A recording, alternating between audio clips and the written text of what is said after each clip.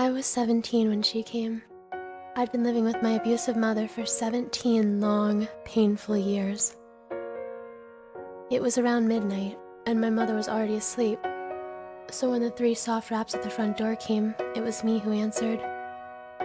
An odd-looking little girl stood there, with cheeks pale and colorless blonde hair and braided pigtails, pink dress torn a little at the hem, feet bare and turning slightly blue from the cold of the winter, and black eyes. Fathomless, deep, black eyes. I quickly let her in, thinking of how horridly underdressed she was. It wasn't until later I'd wondered why she had not been shivering, or even questioned as to why she was there in the first place. I got her into the living room, wrapped her little form in a thick afghan my grandmother knitted. She held it, though it didn't seem to affect her, and I smiled. "What's your name, sweetie?" A long silence passed, in which she stared at me. I was beginning to be discomforted by her black gaze when she parted her lips and spoke in a soft voice. "Lacey Morgan." I nodded, smiling again. "You can stay here tonight, Lacey," I said, motioning to the couch. She curled up in a little ball, black eyes still on me, and I exited the room. That night I slept soundly, not worrying about my mother beating me or the strange little girl on my couch. When morning came and I trudged into the kitchen, I was greeted with a coffee mug to the shoulder. I gave a feeble shout of pain, staring at my mother. "What the hell did you do? Why is there dirt on the couch?" she shouted, confusing me greatly. Upon investigating, I found that Lacey had vanished. The only proof that she'd been there, some dirt that must have fallen off her dress or feet. I took responsibility, earning myself a strong hit to my cheek, then left for school. While there, I heard something that sent chills through my spine. Lacey Morgan was found dead last night. I passed the day waiting for any more news on the subject, but found none. Upon arriving home, the news was broadcasting a live report on her, though. Lacey Morgan, 6 years of age, was reported dead at 7 last night. Her body was located in the backyard, buried there in her pink dress.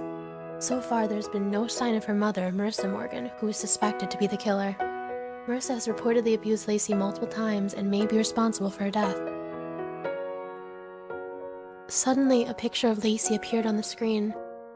She appeared very close to how she had been when I met her. Blonde hair and braids, pink dress, pale face. Only her cheeks had color, and her eyes were baby blue. To most, this would seem unimportant, but to me it was. She died before arriving at my house, if what the newscaster had said was true. Died hours before. I tried to play it off, going about my business. I went to bed early so as not to have to see my mother. It was around midnight when I awoke to cool fingers stroking the bruise on my cheek. I sighed, leaning into the small hand. "Never again," Lacey whispered, before her hand vanished.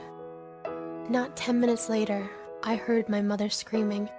I rushed into her bedroom, nearly fainting at what I saw. My mom was thrashing wildly on her bed, a small creature having buried its face into her chest. I could hear the sound of flesh tearing, and my mother's screaming increased in volume. I wished I hadn't gotten up. Later on, I'd tell myself I hadn't. But I had. So when Lacey pulled back from the gaping hole in my mother's chest cavity, I had a plain view of her razor-sharp teeth, glinting in the light. Glinting with my mother's blood. She smiled innocently at me for a moment, before swiftly tearing out my mother's jugular. That time, I did faint. When I came to, I was in my bed. I walked to my mom's room, morbid curiosity getting the best of me. Upon opening the door, I found the room empty. The bed made neatly, as if my mom had left for work early. The only oddities were the dirty child footprints and the open window showing that Lacey had in fact visited. I never saw my mother again, and I never missed her either. I eventually got married, and we had a child together. I named her Lacey. Recently, I noticed the neighbor's daughter has all sorts of scrapes and bruises on her arms. I've started watching their home. And the other day, I saw something odd. A little girl running barefoot through the backyard up to their back door. It was around midnight, so I couldn't be for sure, but I thought she met my eyes with her black ones, and I could swear she mouthed 2 words at me. Never again.